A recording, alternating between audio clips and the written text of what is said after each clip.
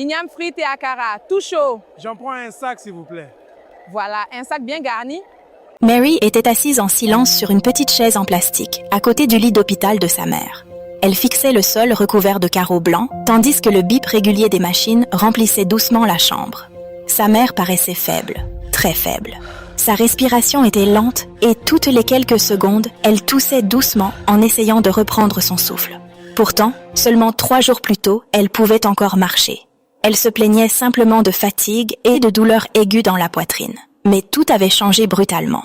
Le médecin lui avait fait passer plusieurs examens, puis il avait demandé à Mary de sortir dans le couloir. Mary se souvenait encore de la façon dont il avait croisé les bras avant de la regarder avec gravité. « L'état de votre mère est sérieux. » Le cœur de Mary s'était immédiatement serré. « Que devons-nous faire, docteur? Elle a besoin d'un traitement urgent et de médicaments, mais cela coûtera de l'argent. Si nous tardons trop, son état risque d'empirer. » Mary eut l'impression que le sol disparaissait sous ses pieds. De l'argent? C'était justement la seule chose qu'elle n'avait pas. Mary et sa mère n'avaient jamais été riches. Elles avaient seulement survécu grâce aux beignets d'Igname et aux akaras que sa mère vendait au petit marché près de leur maison. Depuis la mort de son père, 6 ans plus tôt, sa mère avait tout assumé seule. Chaque matin, avant même le lever du soleil, elle se réveillait pour préparer les haricots destinés au marché. Elle portait sur sa tête de lourds seaux de pâte de haricots mixés, puis restait debout sous la chaleur brûlante pendant des heures. Tout cela simplement pour gagner assez d'argent afin d'acheter de la nourriture et payer les frais scolaires de Mary. Mary savait combien sa mère s'était sacrifiée. Et maintenant, cette femme courageuse était allongée, impuissante, sur un lit d'hôpital, tandis qu'elle ne savait pas comment la sauver. Cet après-midi-là, Mary sortit de la chambre et prit son petit téléphone. Elle parcourut lentement sa liste de contacts. Oncle Joseph. Elle appela. Le téléphone sonna longtemps. Aucune réponse. Elle rappela encore. Cette fois, l'appel fut coupé rapidement. Ensuite, elle composa le numéro de la cousine de sa mère. Le téléphone sonna une seule fois avant que l'appel soit rejeté. C'étaient pourtant les mêmes parents qui venaient chez elle pendant les fêtes. Les mêmes personnes qui mangeaient les plats préparés par sa mère avec le sourire. Mais maintenant qu'elle avait besoin d'aide, personne ne répondait. Mary s'appuya contre le mur de l'hôpital et essaya un autre numéro. Toujours rien. Peu à peu, une vérité douloureuse pénétra son cœur. Il n'y avait plus personne à appeler. Personne ne viendrait les aider. Mary essuya rapidement ses larmes avant de retourner dans la chambre. Sa mère ouvrit faiblement les yeux en entendant la porte. « Mary? »« Oui, maman. »« Le docteur a dit quelque chose ?» Mary força un léger sourire. « Ils font encore quelques examens. » Elle mentait. Sa mère la regarda en silence pendant quelques secondes. Même dans son état de faiblesse, elle sentait que quelque chose n'allait pas. Puis elle murmura d'une voix douce. « Ma fille, tout ira bien. » Mary hocha la tête, mais sa gorge était nouée. Elle savait que rien n'allait bien. Ce soir-là, une infirmière entra dans la chambre avec un petit dossier. « Les médicaments de votre mère doivent être payés avant demain matin. » Mary regarda le papier que l'infirmière lui tendait. Le montant inscrit fit chavirer son cœur. Elle n'avait jamais vu autant d'argent de toute sa vie. Elle sortit à nouveau et s'assit sur un banc en bois près de l'entrée de l'hôpital. Des voitures entraient et sortaient. Des gens passaient devant elle. Mais Mary se sentait complètement seule. Pendant longtemps, elle resta là, à réfléchir. Puis, soudain, elle essuya son visage et se leva. Si personne ne voulait les aider, alors elle s'aiderait elle-même. Mary regarda ses sandales usées. Elle n'avait jamais travaillé auparavant, mais elle savait une chose. Elle ne pouvait pas rester là à regarder sa mère souffrir. Même si le travail était petit, même s'il était difficile, elle ferait n'importe quoi. Cet après-midi-là, Mary quitta l'hôpital et marcha dans les rues animées de la ville. Elle passa devant des boutiques, de petits commerces et des stands en bord de route. Finalement, elle s'arrêta devant un petit restaurant local. Des gens étaient assis à l'intérieur, mangeant et parlant bruyamment. Mary prit une grande inspiration. Son cœur battait très vite. Elle entra lentement. Une femme derrière le comptoir la regarda. « Oui? » « S'il vous plaît, avez-vous un travail pour moi? »« Quel genre de travail? »« N'importe quoi. J'ai juste besoin de travailler. » La propriétaire du restaurant la regarda de haut en bas. Mary était mince. Ses vêtements étaient simples. Ses sandales étaient usées. « Tu es jeune. J'ai 16 ans. Je ne peux pas promettre beaucoup d'argent, mais si tu es prête à travailler, tu peux laver la vaisselle derrière. »« Je le ferai. Passe par cette porte. L'évier est là-bas. » Mary entra dans la cuisine et sentit immédiatement la chaleur frapper son visage. La petite cuisine était très animée. De la vapeur s'élevaient de grandes marmites. Les assiettes s'entrechoquaient. Quelqu'un criait pour demander plus de soupe. Une autre personne transportait des plateaux de nourriture vers la salle. La première fois que Mary plongea ses mains dans l'eau graisseuse, elle faillit les retirer aussitôt. Les assiettes étaient couvertes d'huile et de restes de nourriture. Mais elle ne se plaignit pas. Elle commença à frotter, assiette après assiette, tasse après tasse. Très vite, ses doigts se fripèrent sous l'effet de l'eau. Son dos commença à lui faire mal à force de rester debout. Mais chaque fois que la fatigue l'envahissait, elle pensait à l'hôpital. Elle pensait à sa mère, allongée, faible, sur ce lit. Alors, elle continuait. Les heures passèrent. Peu à peu, le restaurant se remplit à l'approche du soir. Les clients arrivaient pour manger du riz, de la soupe, de la viande frite et du poisson grillé. Les assiettes s'accumulaient sans cesse dans l'évier, et Mary les lavait aussi vite qu'elle le pouvait. À la tombée de la nuit, ses bras étaient lourds, presque incapable de bouger.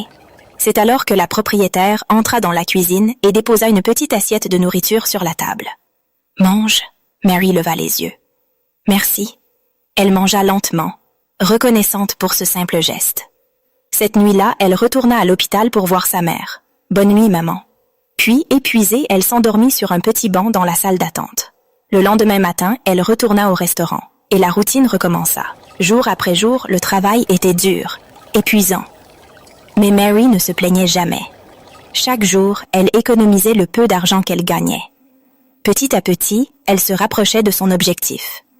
Payer une partie des frais d'hôpital. Puis, un après-midi, tout changea. Le restaurant était encore plein. Mary sortit de la cuisine pour aider à débarrasser les tables. Elle ramassa des assiettes vides sur une table où une femme venait de terminer son repas. La femme était élégante. Elle avait mangé en silence, payé, puis quitté les lieux. Mary empila soigneusement les assiettes. Puis, quelque chose attira son attention. Un portefeuille marron, posé là, sur la table. Mary s'immobilisa. Elle regarda autour d'elle. La femme était déjà partie. Lentement, Mary prit le portefeuille. Il était épais. Son cœur se mit à battre plus vite. Elle l'ouvrit avec précaution. À l'intérieur, plusieurs cartes, une pièce d'identité et surtout, une grande quantité d'argent. Plus d'argent qu'elle n'en avait jamais tenu entre ses mains. Sa respiration se bloqua. Elle leva les yeux vers la porte du restaurant. À travers la fenêtre, elle aperçut la femme marcher vers sa voiture, dans le parking. Mary regarda à nouveau le portefeuille. Son esprit s'emballa. Cet argent pouvait payer le traitement de sa mère. Il pouvait effacer les dettes de l'hôpital. Il pouvait acheter les médicaments. Tout pouvait changer. Mary jeta un nouveau regard vers le portefeuille. Son esprit se mit à tourner à toute vitesse. Cet argent pouvait payer le traitement de sa mère. Il pouvait régler les factures de l'hôpital. Il pouvait acheter les médicaments dont elle avait besoin. Les mains de Mary tremblaient légèrement. Pendant un seul instant, une pensée dangereuse traversa son esprit. Et si elle gardait le portefeuille?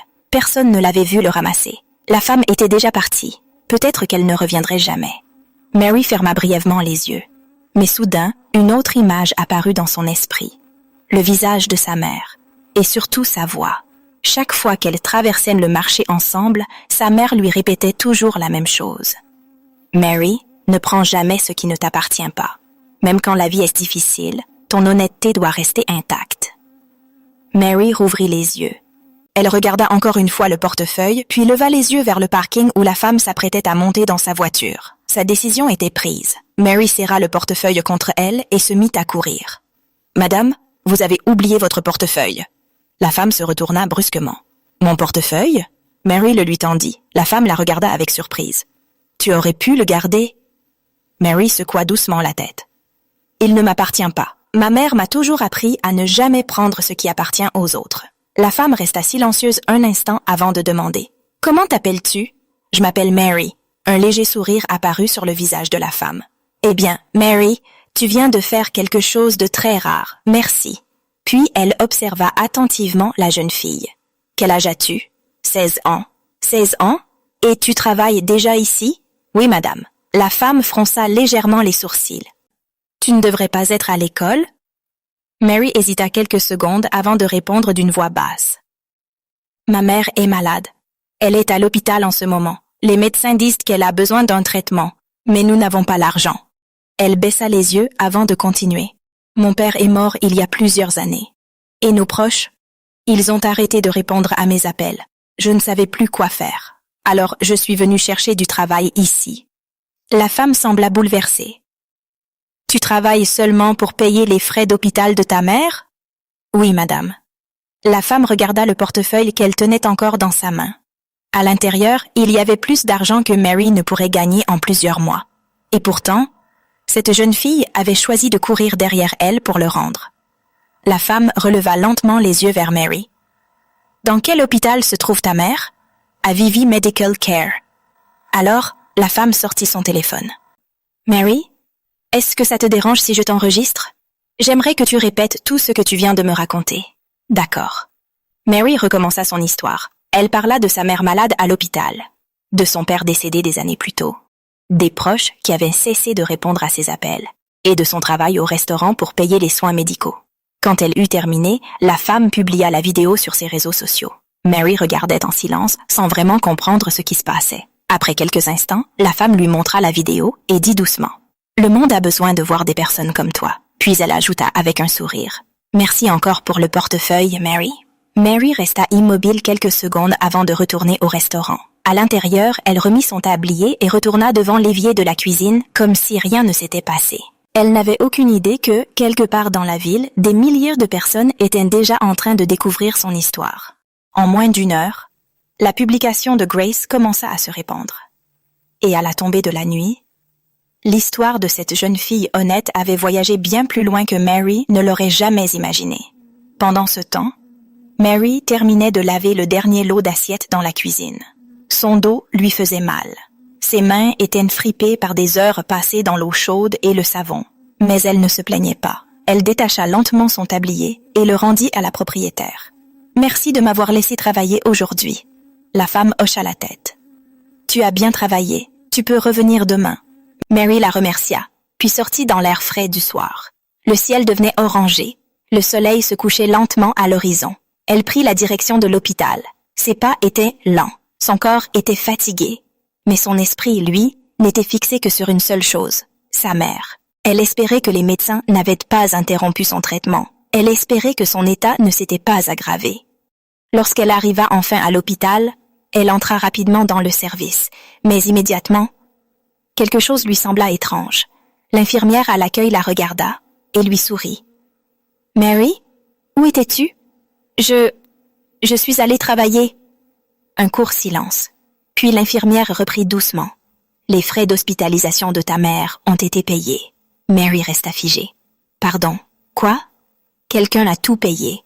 Son cœur se mit à battre plus vite. Qui a payé? Plusieurs paiements ont commencé à arriver ce soir. Mary, complètement perdue, se mit à courir vers la chambre. Elle ouvrit la porte.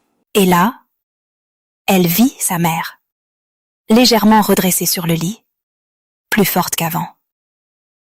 « Maman, on m'a dit que quelqu'un a payé les frais d'hôpital. » Sa mère hocha doucement la tête.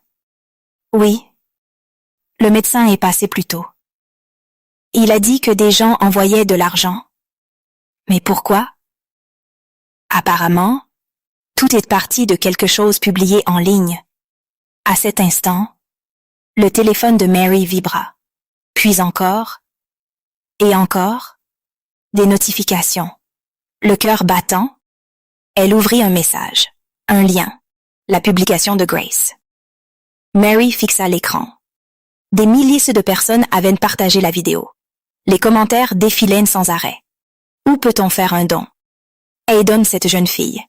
Son honnêteté mérite d'être récompensée. Encore des notifications, encore des dons, toujours plus de dons. Les yeux de Mary se remplirent de larmes. Une seule décision honnête, un seul instant de vérité. Et soudain, toute sa vie venait de changer. Les commentaires continuaient d'affluer. Les gens écrivaient « Où peut-on faire un don? Aidons cette jeune fille. Son honnêteté mérite d'être soutenue. » Encore des notifications apparaissaient. Des dons, toujours plus de dons. Les yeux de Mary se remplirent de larmes.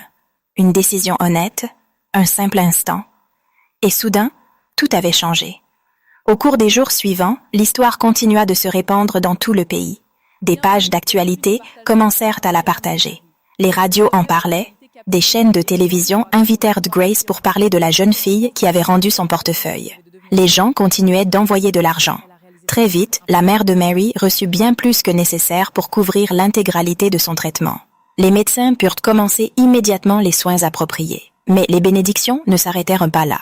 Une organisation universitaire découvrit l'histoire de Mary et lui proposa une bourse complète pour poursuivre ses études après le lycée. Nous aimerions vous offrir une bourse complète. Un autre groupe aida la mère de Mary à ouvrir un petit commerce d'huile de palme afin qu'elle n'ait plus jamais à souffrir au marché. Et peu après, quelque chose d'encore plus surprenant arriva. Une agence de gestion médiatique contacta Mary. Ils voulaient l'aider à commencer à créer du contenu sur Internet. Ils pensaient que son histoire pouvait inspirer de nombreux jeunes. En quelques mois, Mary commença à partager son histoire et à encourager les autres à choisir l'honnêteté, même dans les moments difficiles. Les gens suivirent sa page. Ses vidéos commencèrent à atteindre des milliers, puis des millions de personnes. Mais quelque chose d'autre arriva aussi. Les mêmes proches qui ignoraient autrefois ses appels recommencèrent soudainement à la contacter. L'oncle Joseph appela. La cousine de sa mère envoya des messages. Certains vinrent même leur rendre visite. Mais Mary avait changé. Elle avait appris quelque chose d'important. Ce jour-là, dans le restaurant, elle avait fait face à un choix simple. Garder le portefeuille ou le rendre. À ce moment-là, cela semblait être une petite décision. Mais cette seule décision honnête avait changé toute la direction de sa vie. Et Mary n'oublia jamais cette leçon. Parce que parfois, un seul moment d'intégrité peut ouvrir des portes que l'argent seul ne pourra jamais ouvrir. Peu importe à quel point la vie est difficile, choisissez toujours l'honnêteté.